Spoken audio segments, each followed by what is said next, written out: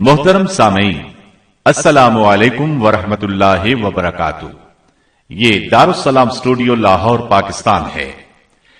उज़ैर अलैहिस्सलाम अंबियाए किराम की जमात में एक करीम और अजीम नबी थे। अल्लाह ताला ने उन्हें एक बस्ती की तरफ चलने का हुक्म दिया। वहां पहुंचे तो बस्ती वीरान थी, बेआबाद थी। अब ये हैरान हुए कि मुझे यहां किस लिए भेजा गया। ऐसे में ख्याल आया अल्लाह ताला इस मुर्दा बस्ती को कैसे जिंदा फरमाएंगे। ये ख्याल ताज्जुब के तौर पर था। अल्लाह ताला सूरतुल बकरा आयत 259 में फरमाते हैं, या उस शख्स की मानंद के जिसका गुजर उस बस्ती पर हुआ जो छत के बल औंधी पड़ी हुई थी। वो कहने लगा कि उसकी मौत के बाद अल्लाह ताला उसे कैसे जिंदा करेगा। तो अल्लाह ताला ने उसे भी मौत दे दी 100 साल के लिए। फिर उसे उठाया, पूछा तुझ पर कितनी मुद्दत गुजरी। कहने लगा एक दिन या दिन का कुछ हिस्सा। अल्लाह ताला ने फरमाया तू 100 साल तक ठहरा रहा। फिर अब तू अपने खाने पीने को देख कि ये बिल्कुल खराब नहीं हुआ, और अपने गधे को भी देख, हम तुझे लोगों के लिए एक निशानी बना रहे हैं। तू देख कि हम हड्डियों को किस तरह जोड़ते हैं, फिर उन पर गोश्त चढ़ाते हैं। जब ये सब जाहिर हो चुका तो कहने लगा मैं जानता हूं अल्लाह ताला हर चीज पर कादिर है। अल्लाह ताला ने नींद की हालत में उज़ैर अलैहिस्सलाम की रूह कब्ज की थी, इसलिए उन्होंने जवाब देते वक्त समझा कि शायद वो सो रहे हैं। उन्हें ये एहसास भी न हुआ कि मैं तो इतना अरसा मुर्दा रहा हूं। जब वो सोए थे तो सुबह का वक्त था। जब दोबारा जिंदगी मिली तो असर के वक्त आंख खुली। इसीलिए अल्लाह ताला के सवाल के जवाब में उन्होंने कहा मैं एक दिन या दिन का कुछ हिस्सा सोया रहा हूंगा। अल्लाह ताला ने फरमाया अपने खाने और गधे को देखो, खाना बहुत जल्द खराब हो जाता है, लेकिन 100 साल गुजरने पर भी खाना बिल्कुल ताजा था, जबकि आपके गधे की हड्डियां बिखरी पड़ी थीं।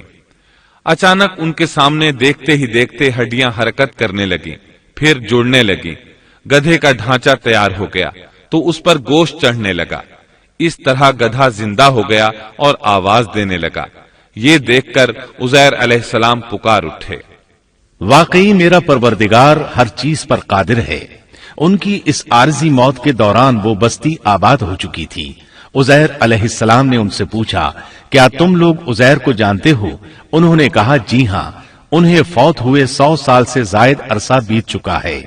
तब उज़ैर अलैहिस्सलाम ने उन्हें बताया मैं ही उज़ैर हूं। उन्हें यकीन न आया। वो एक बुढ़िया को ले आए, उसकी उम्र 120 साल थी। उन्होंने उससे उज़ैर अलैहिस्सलाम के बारे में पूछा। उसने उज़ैर अलैहिस्सलाम की 10 निशानियां बयान की। वो सामने खड़े उज़ैर अलैहिस्सलाम को देख रहे थे। तब उन्हें यकीन आया। उज़ैर अलैहिस्सलाम उनके दरमियान क़याम पजीर रहे। आपने उन्हें नए सिरे से तौरात की तालीम दी। वो उसको भूल चुके थे। बस्ती वाले उनसे बहुत मुतासिर हो गए, उनकी ताजीम करने लगे। इस अजीम मोजज़े की वजह से रफ्ता रफ्ता वो उन्हें अल्लाह का बेटा तसव्वुर करने लगे। अल्लाह ताला सूरह तौबा आयत 30 में फरमाते हैं, और यहूदियों ने कहा उज़ैर अल्लाह के बेटे हैं। ये अल्लाह ने उनका एक जुर्म बयान किया है। ये जुर्म उनमें नस्ल दर नस्ल चलता रहा, यहां तक कि इस दौर में भी यहूदी उज़ैर अलैहिस्सलाम को अल्लाह का बेटा मानते हैं। आपका नाम दीवाने मुकद्दस भी रखते हैं और कहते हैं ये मुकद्दस जात की नस्ल से है और माबूद है। यही उनका शिर्क है। अल्लाह उन पर लानत करे। अल्लाह उन्हें इस जुर्म की सजा जरूर देगा। इंसान कितने ही बुलंदबाला मकाम पर पहुंच जाए और अल्लाह ताला के साथ उसे ज्यादा से ज्यादा कुर्ब हासिल हो जाए, तब भी वो अल्लाह का बंदा ही रहता है। और किसी भी बुलंदी पर पहुंचकर वो अल्लाह या अल्लाह का बेटा नहीं हो सकता, अल्लाह का शरीक नहीं हो सकता। अल्लाह जल्ल शानुहु की जात पाक वहदहु ला शरीक है और बाप बेटे की निस्बतों से पाक है।